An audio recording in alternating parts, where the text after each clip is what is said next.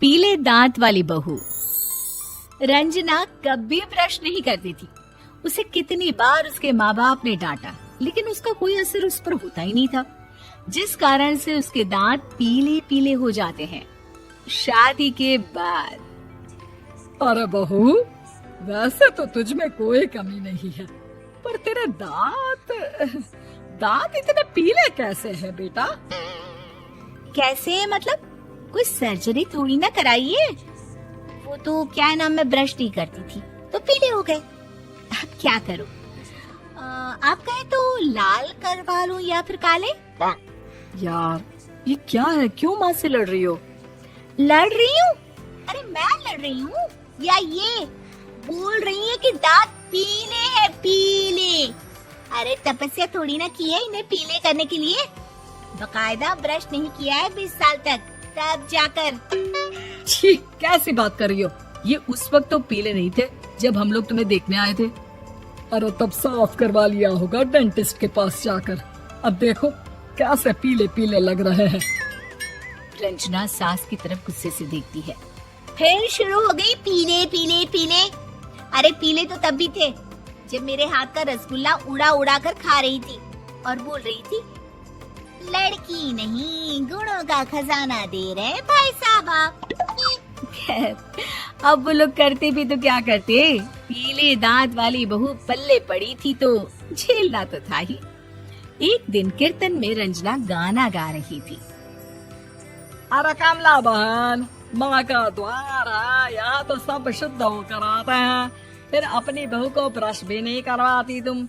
दूर से पीले पीले दांत भक्ति में बाधा उत्पन्न कर रहे हैं।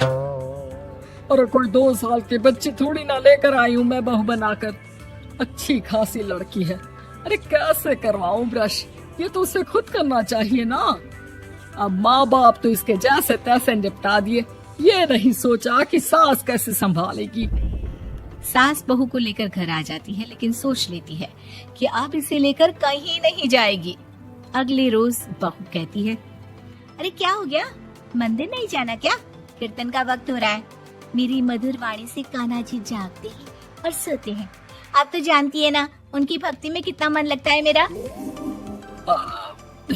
वो क्या है ना, तबीयत ठीक नहीं लग रही है मेरी, आराम करूंगी मैं। तबीयत ठीक नहीं लग रही? अभी तो मिथुन के गाने पर नाच रही थी आप, और अब बोल रही है कि तबीयत ठीक नहीं लग रही।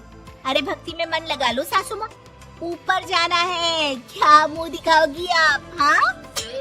सास को बहू की बात पर गुस्सा आ जाता है। मैं क्या मुंह दिखाऊंगी, इसकी चिंता तो ना कर, समझी? अपने मुंह की चिंता कर, जो ये पीले पीले दांत लेकर हर जगह पहुंच जाती है। पता है लोग कितना मजाक बनाते हैं। ना जी ना, मैं नहीं जाना कहीं तेरे साथ।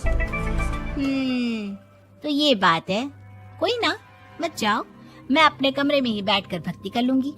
ऊपर वाला दांत थोड़ी ना देखता है, मन देखता है, भावना देखता है। और अरे बस बस, तू सब कुछ दिखा, बस ये सफेद चमकदार दांत ना दिखाना किसी को, है? जा यहाँ से। बहू को सास की बात का कोई फर्क नहीं पड़ता, वो तो जैसी थी वैसी ही रह जाती है। सुबह नहाकर किचन में खाना बनाना, फिर खाना खाना, कीर्तन भजन करना और सो जाना।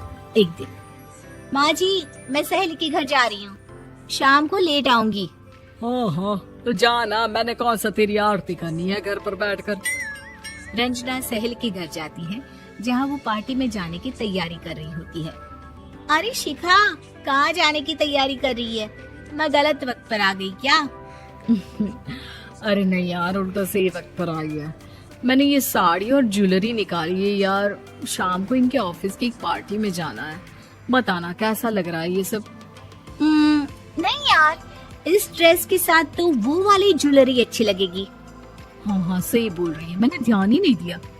वैसे तो हमेशा से मस्त फैशन सेंस रखती है। तो बड़ा जाती होगी ना पति के साथ पार्टी में। रंजना कुछ नहीं बोलती, बस सोचती है कि यार काश ये बात सही हो जाती। पर मैं क्यों नहीं जाती पार्टी में? क्या इन लोगों की कोई पार्टी होती नहीं होगी? रंजना घर आती है और रात में पति से सवाल करती है, एक बात बताइए, आप मुझे किसी पार्टी में क्यों नहीं ले जाते? क्या आपकी यहाँ ऑफिस में पार्टी नहीं होती? पति बेचारा क्या कहता कि दांत पीले हैं तुम्हारे इसलिए। अरे कोई पार्टी होती नहीं हम लोगों के ऑफिस में, तो कहाँ से लेकर जाऊं?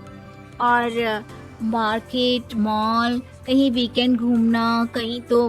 अरे यार सारे हफ्ते में एक छुट्टी मिलती है, तो सोचता हूँ कि आराम ही कर लूं। क्यों?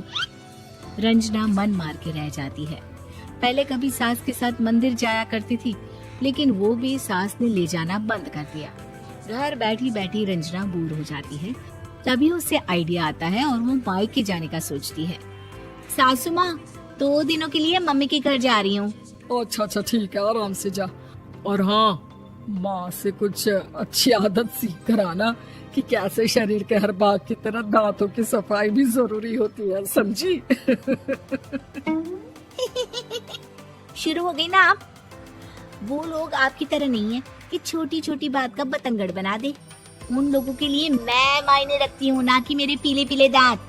रंजना माँ को बिना बताए उन लोगों को सरप्राइज देती है, लेकिन जैसे ही वो दरवाजे पर पहुँचती है, अंदर देखती है कि घर वाले कहीं जा रहे होते हैं। अब माँ, काश रंजना दीदी के दांतों वाली प्रॉब्लम नहीं होती, तो वो भी हम लोगों के साथ चलती ना बुआ जी की बेटी की शादी में। हाँ बेटा, लेकिन अब उसे कौन समझाए कि उसको उसके पीले दांत नहीं दिखते, लेकिन उसके आसपास के लोगों को कितना एम्बैरेसिंग फील कराते हैं। मुझे तो कितनी बार उसके स्कूल की टीचर ने शिकायत की कि उसके साथ कोई लड़की बैठना भी नहीं चाहती, और ना ही कॉलेज में कोई उससे बात करना चाहता था। लेकिन पता नहीं क्यों उसे ये बात समझ में ही नहीं आती। कोई कमी नहीं है उस लड़की में, बस यही कि दांत पीले हैं। वो तो भला हो जीजा जी और उनकी माँ का, जो दीदी को जैसी है वैसे ही रखा हुआ है। रंजना को अपने घर वालों की बात सुनकर बहुत दुख होता है। वो सोचती है कि वो क्या करे, लेकिन फिर वो सीधा डेंटिस्ट के पास जाती है, अपने दांत चमकाती है और कसम खाती है कि वो रोज ब्रश करेगी। अरे क्या हो गया? तुम तो 2 दिनों के लिए गई थी ना, पर कोई ना, अच्छा है, चलो आ गई तो। रंजना सास के सामने आकर खड़ी हो जाती है और पूरी स्माइल करती है, उसके चमकदार दांतों को दिखाती हुई। चले मंदिर। माँ, मुझे माफ कर दीजिए, मैंने आप लोगों को बहुत एम्बैरेसिंग फील करवाया। मैं आज से रोज ब्रश करूंगी।